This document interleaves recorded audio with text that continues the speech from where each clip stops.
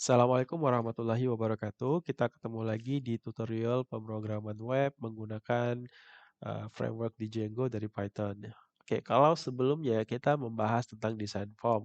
Oke, ada dua cara. Boleh menggunakan desain form manual, boleh menggunakan desain form dari Crispy Forms, gitu ya. Nah, untuk kali ini kita akan membahas bagaimana cara menyimpan datanya. Oke. Nah, di sini saya menggunakan Crispy Forms. Oke, kemudian kita akan bahas cara menyimpan data gitu. Oke, yang pertama kita harus ke sini ya, ke views-nya ya, ke views-nya ditambah tambah jurusan. Nah, kita ke sini, oke. Ketika kita klik simpan, oke, klik simpan, maka kita akan, diarahkan ke tambah jurusan, gitu ya. Oke, berarti kalau kita klik simpan, maka dari masing-masing teks, dia akan ngirim nilainya, post gitu ya. Jadi dia akan nge-post. Karena di sini kita menggunakan di formnya, kita menggunakan yang namanya method post. Berarti semua nilai-nilai yang ada di dalam sini akan di-post ke views gitu. Oke, jadi caranya kita tinggal buat seperti ini. Kita kembali ke views dulu. Oke, kita buatkan kondisi ya. Jadi kita if request titik method sama dengan post. Jadi kalau request metodenya adalah post, maka kita kembalikan, kita panggil form sama dengan tambah jurusan. Dalam kurung kita pakai kata request, request titik post, gitu. Oke. Nah, kemudian kita validasi lagi, validasi form titik is underscore valid. Oke, divalidasi dulu formnya nih. Kalau valid, nah request titik form. Oke, kita buatnya seperti ini. Oke. Kemudian kita buatkan, ini saya matikan dulu ya. Ya, saya matikan dulu. Ya, ini jangan di sini. Oke. Kemudian kita langsung buat form titik save gitu. Oke. Kemudian kita diarahkan, ketika datanya sudah disimpan, maka kita akan diarahkan ke sini. Kita klik simpan, maka kita akan diarahkan ke sini. Ke dalam tabel menampilkan data jurusan gitu ya.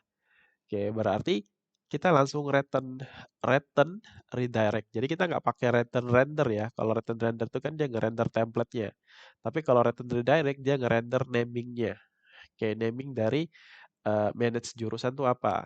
Dari jurusan. Oke, manage jurusan gitu. Oke, jadi kita kembali ke sini redirect, redirect gitu. Nah, kalau kita mau menggunakan redirect, berarti kita harus import dulu library-nya. Jadi kita boleh buat seperti ini. Nah, di atas kan di Django titik shortcut tuh, kita tinggal tambahkan aja di situ redirect, gini ya. Oke, nah tinggal di sini sudah kebaca redirect. Dia mau redirect kemana? Ke naming URL-nya si manage jurusan. Tinggal kita copy, kita taruh dia di sini, gitu. Oke. Tapi bagaimana kalau kita belum menyimpan datanya, gitu ya. Kita belum simpan datanya. Istilahnya, oke kita klik tambah, sorry. Ini nanti ya, oke. Ntar. Ini kita perbaiki aja dulu. Oke. Kita tambahkan dulu else dalam kurung. Maka yang dia tampilkan itu, yang dia kembalikan itu adalah yang ini. Gitu ya. Oke. Form. Nah, kita refresh lagi. Oke. Ketika kita klik tambah, ya kita klik tambah, oke, di sini tidak ada request titik post ya. Oke, maka yang ditampilkan tuh yang else. Dia hanya menampilkan form kosong gitu. Oke. Tapi ketika kita isi nilainya, contohnya ya kode jurusannya 13, kemudian program studinya adalah teknologi, oke, informasi. Jenjangnya adalah strata 1 gitu. Kita simpan. Oke. CSRF verification. Oke, nah ini juga merupakan satu keamanan bagi form dari Django ya. Nah, jadi ketika kita menggunakan sebuah form, oke, berarti dia harus menggunakan CSRF verification. Jadi nanti silakan teman-teman baca sendiri apa yang dimaksud dengan CRF. Kayak gimana cara nambahkan? Teman-teman kembali ke tambah jurusan, kemudian di bawah form sini cukup tambahkan CSRF aja seperti ini ya, token. Oke. Selanjutnya di sini kita refresh, kita continue. Ini kita back aja dulu. Oke, kita back. Jadi kita refresh lagi. Kemudian kita kasih 13, teknologi informasi, jenjangnya strata 1. Kita simpan. Oke. Nah, itu datanya sebenarnya sudah masuk ya. Oke, datanya sudah masuk gitu. Karena di sini tidak menampilkan error nih. Nah, sekarang kita lihat nih datanya masuk apa enggak. Oke, masuk apa enggak. Kita tinggal ngecek dulu di database-nya gitu. Oke. Nah, kalau kemarin kan saya menggunakan DB Yever ya. DB Yever.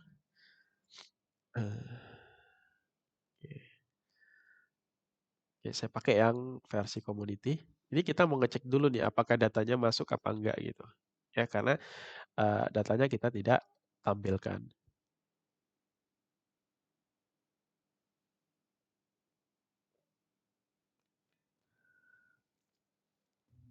Kita tunggu beberapa menit kemudian. Oke.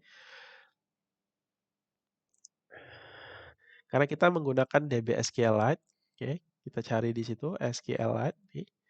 Kita double klik aja. Kemudian kita open, kita cari si database-nya tadi. Dev apa tadi ya? Dev web ya. Oke, dev web, academic. Oke, kita pakai yang DB SQLite ya. Oke, arahkan, cari, open. Kemudian kita tes connection dulu, sukses nggak? Oke, bisa. Oke, kemudian kita finish. Oke. Ini saya rename dulu ya. Rename saya ganti namanya contohnya sys4 web gitu ya, sys4 web. Oke.